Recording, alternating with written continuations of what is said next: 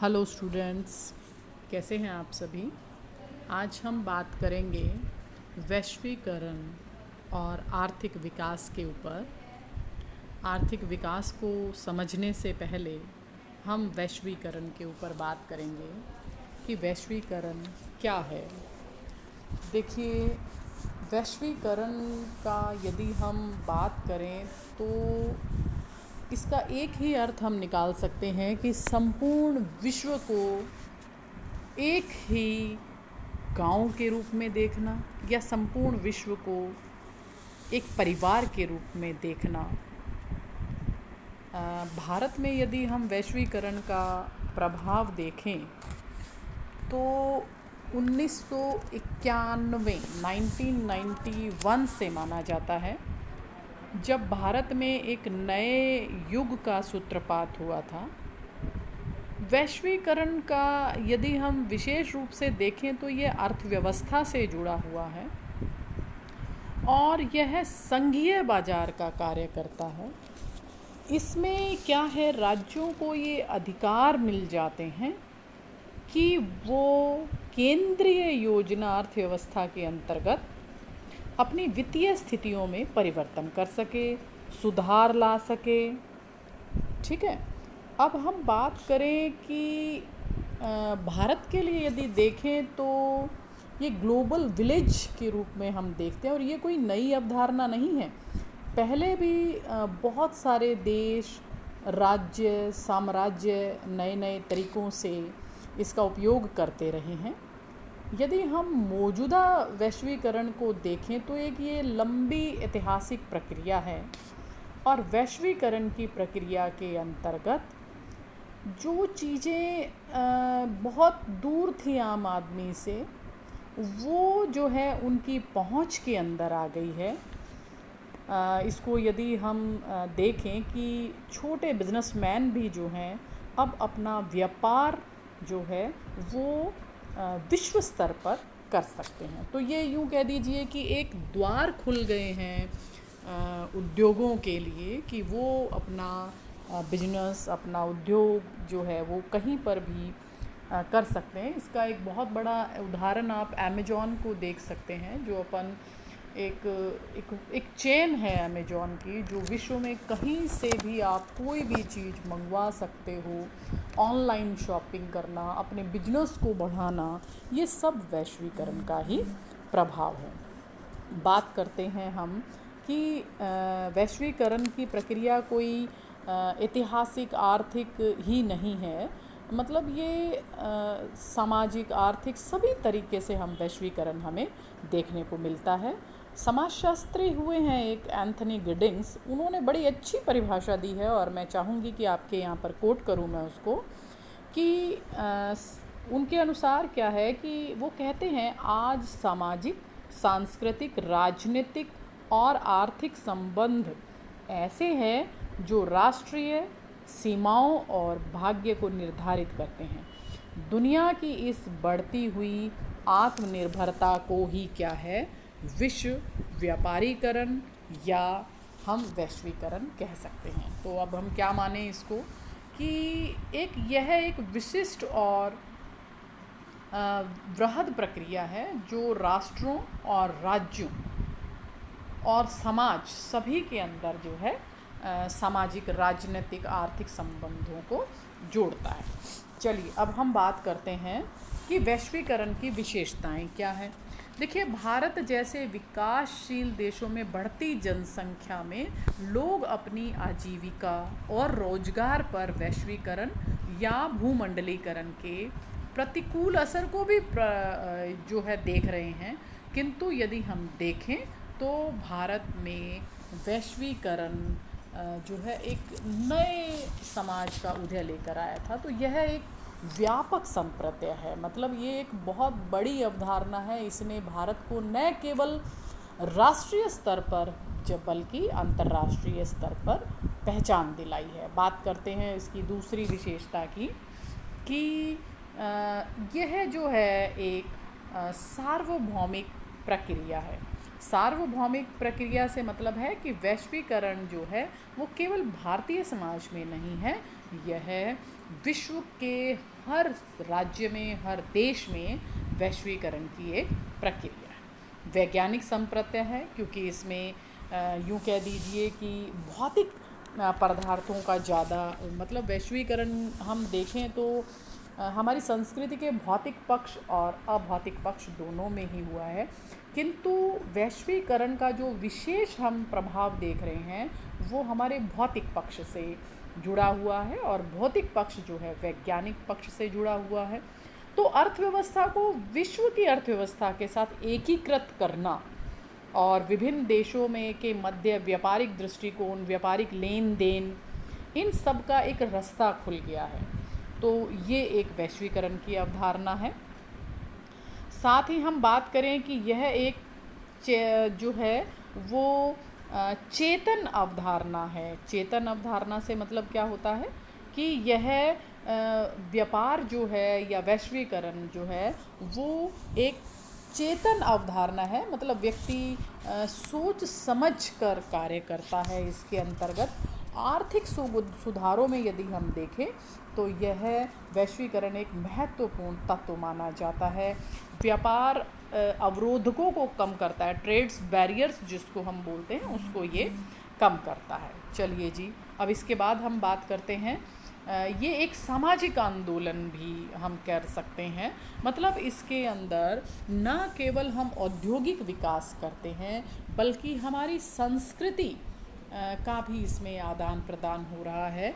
आज हमारे बहुत सारे फूड, हमारे बहुत सारी संस्कृति, हमारे समाज की विशेषताओं, सांस्कृतिक विशेषताओं को हम विश्व पटल पर देख रहे हैं। और सबसे बड़ा जो हम देख रहे हैं, जो आजकल लॉकडाउन का टाइम है, एक महामारी, एक पैंडेमिक ने हम सभी को बहुत ज़्यादा त्रस्त कर रखा है। ऐसे में हमारा एक जो नमस्कार या अभिवादन करने का तरीका है उसका भी ग्लोबलाइजेशन हो चुका है।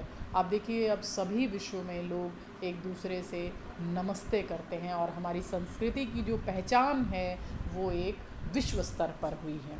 आर्थिक विशेषताएं भी वैश्वीकरण की हैं, जिसके अंदर क्या है, वैश्वीकरण एक ऐसा वातावरण कायम करता है जो टेक्नोलॉजी को अनवरत रूप से जो कह दीजिए कि प्रवाह करता है। यह एक ऐसा वातावरण भी कायम करता है जिसमें विश्व के विभिन्न देशों में श्रम का निर्बाध प्रभाव हो सके। ठीक है, साथ ही साथ एक देश दूसरी देश की कंपनी को लाइसेंस देता है प्रोडक्ट अपने बेचने के। इसके साथ साथ एक देश की कंपनी दूसरे देश की कंपनी द्वारा प्रदत्त अधिकारों के अंतर्गत अपने माल और सेवा का विक्रय भी करते हैं, तो इसको हम फ्रेंचाइजीज भी कह सकते हैं। तो ये इस तरीके की आर्थिक विशेषताएं इसके अंदर होता है।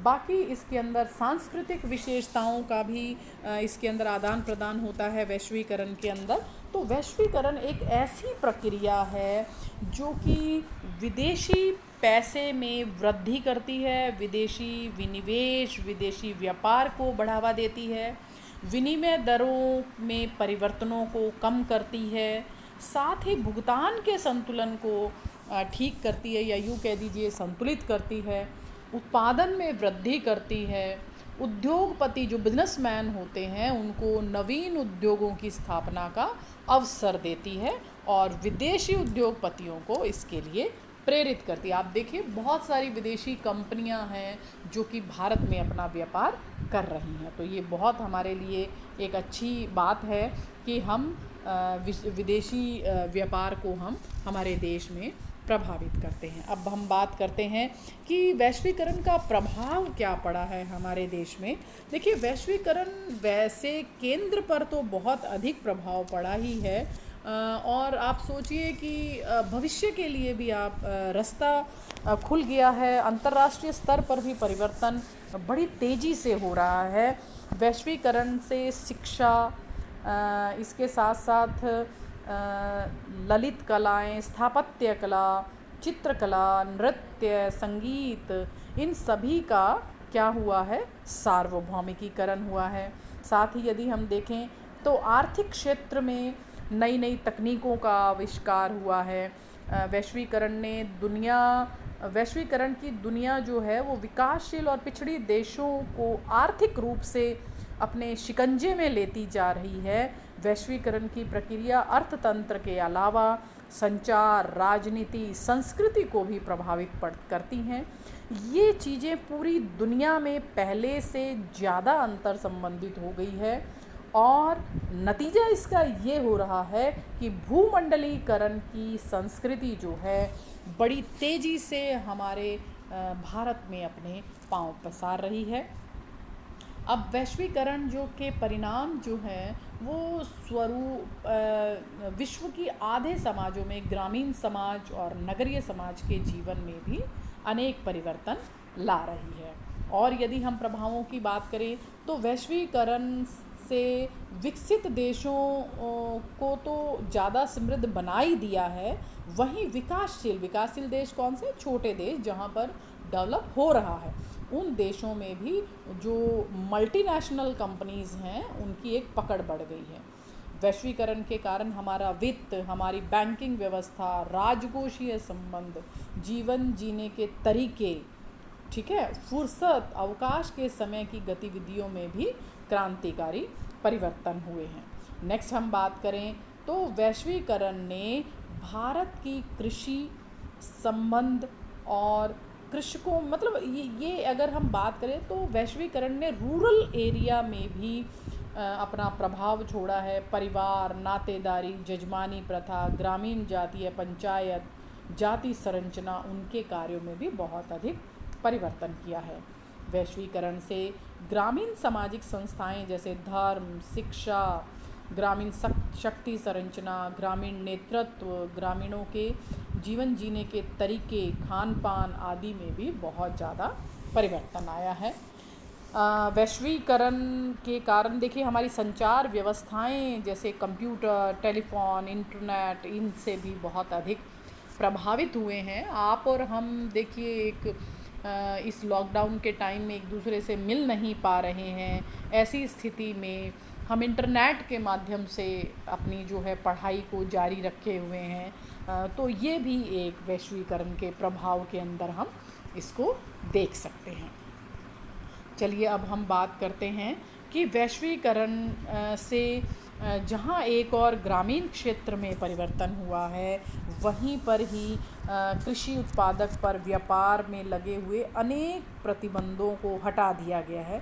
अब जो है जो व्यापारी है अपने सामान को ज़रूरी नहीं है कि वो भारत में ही बेचे, भारत के बाहर भी जो है वो बहुत अच्छे से बेच रहा है। पिछले 4-5 वर्षों से यदि हम देखें तो समुद्री उत्पादन, फूलों का उत्पादन, डेयरी उत्पादन में जो है वैश्वीकरण के कारण बहुत अधिक फ़ायदा हुआ है। हमारा गंगानगर का कीनू, नागपुर का संतरा, बहुत सारी इंडिया की फ़ेमस चीज़ें बाहर जा रही हैं और बाहर की बहुत चीज़ें यहाँ आ रही हैं। तो ये वैश्वीकरण का प्रभाव है। वैश्वीकरण ने जो है सामाजिक स्वरूपों पर भी अपना बहुत बड़ा योगदान दिया है। वैश्वीकरण के कारण जो है समाज जो है वो बहुत अधिक प्रभावित हुआ है। अब हम बात करें तो वैश्वीकरण का ने विश्व व्यापार में भी एक अद्भुत क्रांति का उदय किया है। अब एक आम व्यापारी भी इंटरनेट के माध्यम से बिना किसी की मध्यस्थता से अपना जो विश्व स्तर पर व्यापार कर पा रहा है। ये बहुत बड़ा जैसे देखें तो एक अचीवमेंट है हमारे लिए। आज आप देखिए हमें करेंसी की ज़रूरत ही नहीं पड़ती, हम ई करेंसी से अपना सारा काम कर रहे हैं, ठीक है। तो ये बहुत बड़ा हमारे लिए वैश्वीकरण का एक प्रभाव है। जहाँ पर हम वैश्वीकरण की बात कर रहे हैं कि इसके लाभ इतने हैं कि हमें एक विश्व स्तर पर हमें एक पहचान मिली है, वहीं पर इसके कुछ नुकसान भी हुए हैं। जैसे मान लीजिए वैश्वीकरण और उदारीकरण का जो सबसे बड़ा फ़ायदा हुआ है वो बड़े किसानों को हुआ है, क्योंकि उनके पास नए बीज, उपकरण, ये सब चीज़ें हैं। ऐसे ही जो लघु और सीमांत किसान हैं, जो व्यापारी हैं, छोटे व्यापारी, उनको कोई विशेष लाभ नहीं हुआ है। और भारत में यदि हम देखें तो 70% जनसंख्या जो है वो लघु व्यापारियों की है, इसलिए ये थोड़ा नुकसान हुआ है। वहीं पर देखें तो बहुत सारे लोग अभी भी इंटरनेट से वंचित हैं। ग्रामीण क्षेत्र में यहाँ पर अभी इतनी जागरूकता नहीं आई है, जिसके कारण भारत की केवल 30% जनसंख्या ऐसी है जो कि वैश्वीकरण का लाभ ले पा रही है। बाकी अभी भी बहुत जो ग्रामीण क्षेत्र है वो आज भी वैश्वीकरण के प्रभावों को पूरी तरीके से समझ भी नहीं पा रहा है, कर भी नहीं पा रहा है। तो उसके लिए हमें क्या करना चाहिए? हमें सरकार को ऐसी नीतियां बनानी चाहिए जिससे भूमिहीन, साधनहीन किसान, छोटे मजदूर, छोटे व्यापारियों को लाभ मिले। साथ ही साथ हमें उनमें शिक्षा का विकास करना चाहिए, वैज्ञानिक जागरूकता आनी चाहिए ताकि वो नए उपयोग कर सके। वैश्वीकरण से निर्यात को बढ़ावा दिया जाना चाहिए। इसके लिए निर्यात जो है वो प्रतिबंध हटा देने चाहिए, नए बाज़ार खोजने चाहिए। इसके साथ साथ बड़े बिजनेस की बजाय, बड़े उद्योगों की बजाय छोटी उद्योग जैसे मत्स्य पालन, समुद्री जो व्यापार होता है, रेशम, कीट पालन, वन भूमि संरक्षण, कंपोस्ट खाद तैयार करना, जैव विविधताओं को लाना, तो ये चीज़ों को यदि हम लाएंगे तो भारत में निश्चित रूप से वैश्वीकरण को लाभ होगा। ग्रामीण क्षेत्रों में यदि हम देखें तो लोगों को अपने उपभोग और जीवन शैली को बदलने की बहुत अधिक आवश्यकताएं हैं। तो यदि हम ऐसा कुछ करेंगे तो निश्चित ही WTO के उसमें हमारा भारत का भी नाम होगा। योगेंद्र सिंह की एक पुस्तक है culture change in India, identity and globalization में उन्होंने लिखी है बहुत अच्छी बात कि वैश्वीकरण एक ऐसी प्रक्रिया है जिसने वित्त और बैंकिंग, व्यापार और राजकोषीय संबंध, जीवन के तरीके, इन सब चीज़ों में क्रांतिकारी परिवर्तन किया है। इन परिवर्तनों से सामाजिक, सांस्कृतिक और संस्थागत शक्तियों का निर्माण किया है जिन्होंने राष्ट्र और राज्य की सीमाओं को पार कर दिया। तो ये वैश्वीकरण के ऊपर मैंने आपको थोड़ा सा बताया है। यदि आप मेरे चैनल पे जाएंगे तो मैंने वैश्वीकरण का एक और वीडियो भी बना रखा है, आप उसे भी ध्यान से सुनिएगा, पढ़िएगा ताकि आपको और फ़ायदा होगा। और अगर आपको वैश्वीकरण की ये मेरा जो टॉपिक है वो पसंद आया तो इसको लाइक करिएगा, शेयर करिएगा और मेरे चैनल को सब्सक्राइब करते रहिए ताकि समाज शास्त्र से रिलेटेड जितने भी और टॉपिक हैं वो आपको इसमें नए अपडेट्स मिलते रहें। लगातार मेरे वीडियोस जो हैं वो आप तक पहुंचते रहें। इसमें मैं सिलेबस के अलावा आपको कॉम्पिटिटिव एग्ज़ाम्स में जो समाजशास्त्र के इम्पॉर्टेंट टॉपिक्स हैं उनके ऊपर भी छोटे छोटे वीडियोस बनाऊंगी ताकि आपको इस लॉकडाउन के टाइम में आपकी पढ़ाई बाधित ना हो और आप अनवरत पढ़ते जाएं। Thank you so much.